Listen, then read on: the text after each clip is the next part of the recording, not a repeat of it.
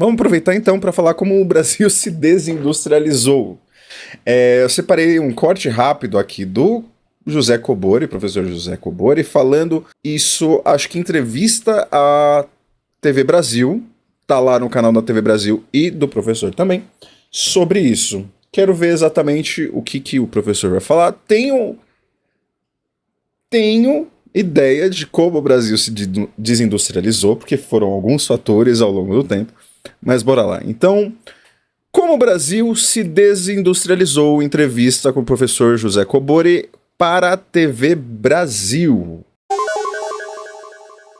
Em que a gente vê cada vez mais as pessoas maravilhadas com a China, né? Isso é uma coisa, eu até diria recente, até um fenômeno que a gente vê graças à internet, inclusive, que vem mostrando uma outra China que a gente não era acostumado a ver.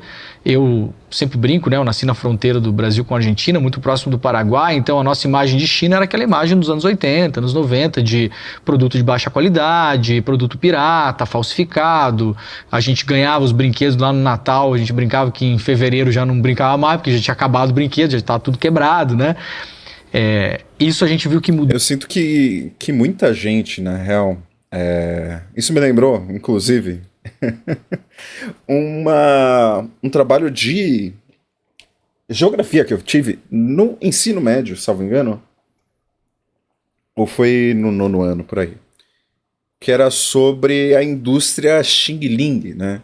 E naquela época, essa ideia de China já estava se desmantelando, porque naquela época já a China não era só essa indústria de repetição, né, de criação, quer dizer, de cópia de outras indústrias que a gente teve por muito tempo, por isso que a gente cunhou o Xing Ling aqui no Brasil. E eu sinto que isso ainda é muito estereotipado por algumas pessoas, mas hoje a China é um gigante, né? É outra coisa, é uma indústria com tecnologias próprias, com o domínio de muitas áreas diferentes e, como eu falei, muito investimento em tecnologia, inovação, pesquisa e pessoas capacitadas, ensino superior e afins, que é quem vai mover todo esse maquinário, mas vamos ver onde ele vai chegar. Muito, e a gente está tendo contato mais agora com a realidade da China. Nesse contexto, a China já parece que está no futuro, né? Assim, em termos de fronteira tecnológica, como você muito bem disse. Outros países, por exemplo, países europeus, os próprios Estados Unidos, ainda são países tecnológicos avançados, mas toda vez que se viaja para esses países, a gente vê como a infraestrutura tecnológica desse país está ficando para trás em relação a muitos países asiáticos.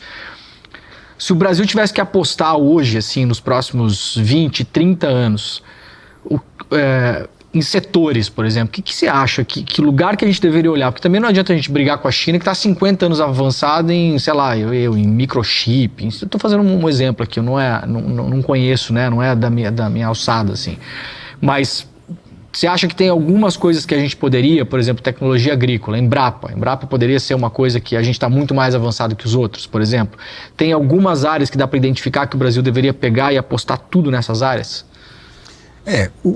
A princípio a gente precisa ter um projeto de reindustrialização do país, né? Tá. Não existe nenhum país que chegou na fronteira tecnológica sem antes se industrializar. Tá. O Brasil está desindustrializado em que nível, só para eu entender assim? Porque a gente fabrica aqui no Brasil automóvel, avião, mas isso já é uma indústria, digamos, quase commodity fabricar carro, né? Não é mais uma grande novidade fabricar automóvel, né?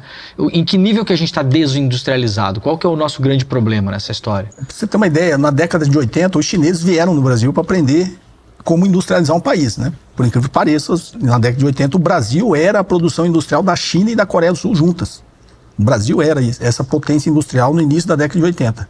Sim. E no início da década de 80 coincidiu com a Revolução Neoliberal.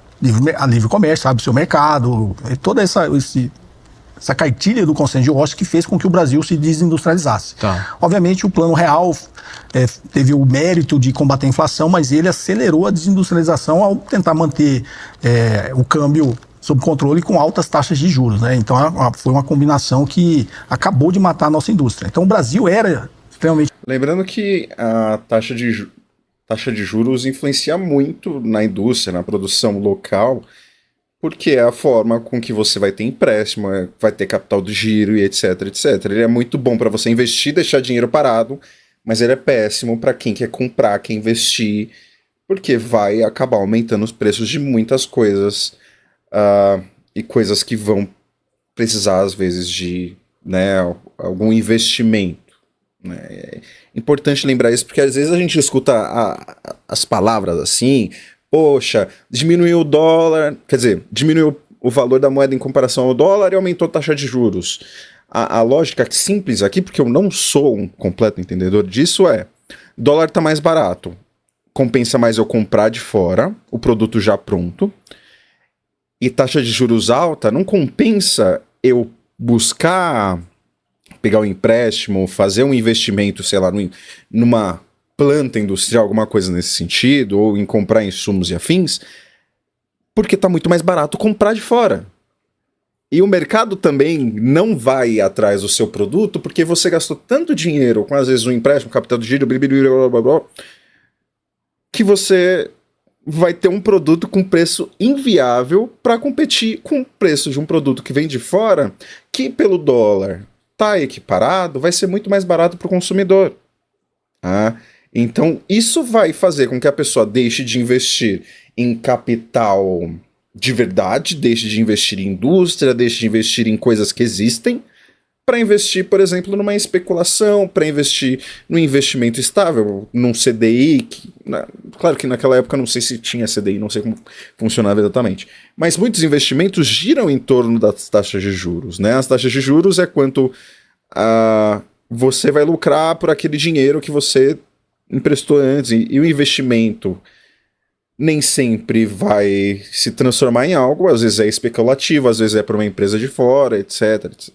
De fora não faz muito sentido, mas entende, quando você investe, deixa o seu dinheiro parado ali com o banco, é muito diferente de você comprar algo, produzir algo, e eles dependem de recursos diferentes. Então a taxa de juros é bom para você que vai investir num CDI e deixar seu dinheiro parado, mas é ruim para quem, sei lá, vai buscar um empréstimo, vai precisar comprar recursos e afins, porque tudo vai girar em torno da variação da taxa de juros. E um produto final não vai compensar produzir aqui, porque trazer de fora vai estar mais barato. Né? Nesses momentos que o livre mercado normalmente atrapalha, porque o livre mercado é muito bom para quem já está no controle da indústria. Para quem vai começar, dependendo da indústria, se torna às vezes impossível. Isso é uma lógica básica da economia, tá? Existem fatores que fazem você ter, às vezes, alcançar um monopólio, ter uma expectativa melhor, e que se junta com outro vídeo que a gente estava falando. Tem o pioneirismo, né? Por isso que quando você investe muito numa patente de farmácia, afins, para quem investe é muito importante a questão de ter a patente por alguns anos, porque você tem o pioneirismo, você tem a exclusividade, né? Isso vai...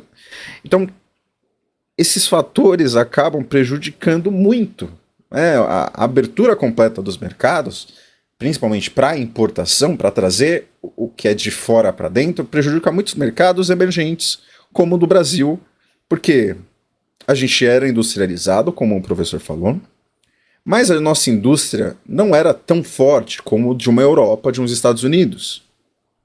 Então abrir esse mercado desmantela essas indústrias que estavam começando e muitas vezes estavam num período muito difícil, né? Tem períodos ali quando você começa uma indústria, um investimento, enfim, que você vai precisar de muito mais investimento, muito mais apoio, e às vezes uma competição desnivelada vai ser radical para que você não consiga deslanchar, né? E meio que foi nesse momento que a gente acabou abrindo os mercados, né? E a gente foi perdendo tantas marcas e indústrias. Mas acho que o professor talvez fale um pouco mais disso. Eu interrompi para falar muita coisa. O Brasil foi abrir o mercado dele e deixar suas empresas desguarnecidas da proteção do Estado. O que o Donald Trump está tentando fazer agora é justamente isso, né? Um protecionismo para tentar reindustrializar o país e proteger suas indústrias. Nenhum país cresceu industrialmente sem proteger a sua indústria, que a gente chama de indústria nascente, né? O próprio Estados Unidos é um exemplo disso. A Inglaterra queria que os Estados Unidos fosse uma potência agrícola. foi quando o Alexander Hamilton, né, o primeiro secretário de Tesouro americano, o pai fundador dos Estados Unidos, escreveu, que é muito famoso, né, o relatório sobre as manufaturas, que é um manual de protecionismo. Ele falou, não, eu não quero ser uma potência agrícola, eu quero ser uma potência industrial. Para isso, eles levantaram um monte de barreira comercial para proteger a sua indústria nascente. E deu certo. O que eles pregaram depois para os outros, que está no livro do Rajon Chão, Sustentando a Escada, foi o inverso. Agora que eu já sou forte, já sou competitivo, já tenho uma indústria poderosa, abra o mercado de vocês que eu quero entrar. Que é o que estão fazendo agora, na verdade, né? O Trump está fazendo um muro de tarifas e pedindo para os países baixarem as próprias tarifas. Exatamente. Aí abriu a nossa indústria e desindustrializou. A gente, na época, tinha a Gurgel, tinha a Ingesa, tinha a Gradiente, tinha um monte de indústria aqui que era indústria competitiva. Ela precisava de um tempo, né, da proteção do Estado para elas se tornarem competitivas internacionalmente. Mas elas já tinham um certo nível de industrialização e tecnologia. Perfeito. Né? A gente abriu. Qual a única indústria hoje que a gente pode olhar e falar assim, ela está na fronteira tecnológica? A Embraer, né? Mas porque a Embraer é estatal. Sim. Foi protegida pelo Estado por ser estatal. Aquele período que toda empresa sofre, que no mercado a gente chama de Vale da Morte, que ela não tem financiamento, não tem muito acesso ao mercado, não tem cliente, é onde o Estado protege. No caso, a Embraer foi protegida porque ela era estatal, então tinha subvenções estatais ali para manter a empresa funcionando e crescendo. Aí quando ela ficou competitiva, passou por toda essa fase crítica e foi privatizada. Vendeu. Mas ela é uma empresa que está na fronteira tecnológica, né? O Estado manteve uma golden share lá só para estrategicamente evitar que ela sofra algum tipo de tentativa de aquisição, né? Como foi o caso da Boeing quando tentou fazer essa aquisição da Embraer. Mas é um exemplo da fronteira tecnológica. Outro exemplo que você citou é a própria Embrapa. Porque é estatal. As empresas privadas foram largadas ao Deus dará, né? Enfrenta aí, seja competitiva, e elas morreram. Isso é natural, todo país fez isso, morreu. A própria Coreia do Sul, apesar de não ser um país comunista, era um país alinhado aos Estados Unidos, ele não seguiu o consenso de Washington, mas sob a bênção do próprio Estados Unidos. Porque sabia que se ele seguisse, eles iam morrer. Só que os Estados Unidos precisava de alguém na Ásia para fazer um contraponto com a China, com a ascensão da China. Então eles deixaram a Coreia do Sul fazer o que eles quisessem. E aí o ditador General Park fez exatamente o que a China fez. Levantou barreira protecionista. A Hyundai era um carro horroroso, né? Ele levantou, protegeu a Hyundai, inclusive quando a GM tentou entrar na Coreia do Sul, eles exigiram, falaram, você quer acessar o nosso mercado, você tem que produzir aqui junto com a Hyundai, né? E tem que transferir tecnologia. Foi o que eles fizeram. E aí a Hyundai se tornou competitiva, aprendeu a fazer tecnologia, e hoje é essa potência que é na indústria, né? Sim. A própria Samsung não era estatal? A própria Samsung, a LG, várias empresas coreanas, né? E aí você deu o exemplo da China. A China é a mesma coisa. A gente tem essa imagem ainda, né, que é mais antigo, de produtos sem qualidade. Sim. Mas eles começaram a copiar e aprenderam. Claro. Né? O que não foi feito via acordo de transferência de tecnologia, eles fizeram engenharia reversa. Engenharia reversa, era esse o nome. Por que eu não vou aprender a fazer isso, né? Claro. Faz a engenharia reversa e aprende. E tanto que os telefones da Huawei, que alguns modelos são considerados até mais avançados tecnologicamente que os modelos da Apple. Sim. Né? Então a China aprendeu a fazer isso, mas aprendeu a fazer isso como? Com a coordenação do Estado, com proteção do Estado, com financiamento, né? A China cria dinheiro para financiar as suas indústrias, para fazer subvenções em setores que eles julgam que são improdutivos, mas são necessários, como o setor de transporte. Né? O setor de transporte, para quem vai na China, acha aquilo maravilhoso, mas aquilo é tudo dinheiro do Estado, que na maioria dos locais, tem déficit. Sim, dá prejuízo, claro. Dá prejuízo, mas eles são necessários. Claro. Né? Quem que transporta os trabalhadores? Claro. Quem leva todo mundo? Eles não veem aquilo como um setor improdutivo e desnecessário. Claro. Ele vê aquele como um macro setor improdutivo, mas que é necessário para o setor produtivo. Então isso é tudo... Mais uma coisa que conversa com aquele ponto que eu trouxe dos Correios. Existem áreas, existem coisas que elas não precisam ser lucrativas. Elas precisam atender a população e por isso que a mão do Estado, a gerência do Estado é tão importante. Por isso que quando um parlamentar vier com esse papo de precisa vender tudo, precisa privatizar, cara, primeiro que isso é papo da década passada, né? Hoje em dia as coisas já não andam assim. Segundo que existem recursos que são primordiais pra gente. E não é uma área que é para lucro. O setor privado já tem muita coisa. O povo precisa de certas coisas para sociedade como um todo funcionar. Você querer do nada privatizar o SUS é o maior tiro do pé que você vai dar para a sociedade brasileira como um todo, porque ele pode não funcionar perfeitamente, mas ele é essencial pra gente, assim como os Correios, assim como eram as indústrias, assim como é a água, assim como é a energia. Aí vai lá alguém e privatiza. Parte de um planejamento estatal. Agora, a gente tem que descolonizar nossa mente do que o Ocidente vendeu para o Brasil, no que seria o modelo ideal para você avançar a sua economia. Porque o interesse, Celso Furtado fala muito isso, do capitalismo central, é ter o capitalismo periférico, que eles não querem produzir aquilo, né? Eles querem produzir, está na fronteira tecnológica, mas o capitalismo central precisa do capitalismo periférico para produzir as coisas medium tech, low tech, porque eles precisam daquilo também para produzir o seu high tech, né? Então, essa colonização econômica que os Estados Unidos, o sistema imperialista americano, fez nos outros países ditos capitalistas, tem essa intenção. Mas é isso.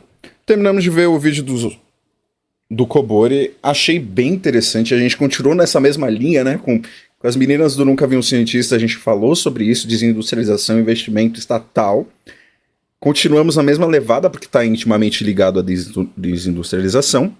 Não deixe de ver o canal da TV Brasil e o canal do professor José Kobori para ver mais temas como esse e outros. Não deixe de dar aquela força, curtir e se inscrever. E faço o mesmo com meu vídeo, com a minha live. Não deixe de curtir, se inscrever, se quiser comentar sobre o tema. Se você discordar completamente de mim, comenta aqui.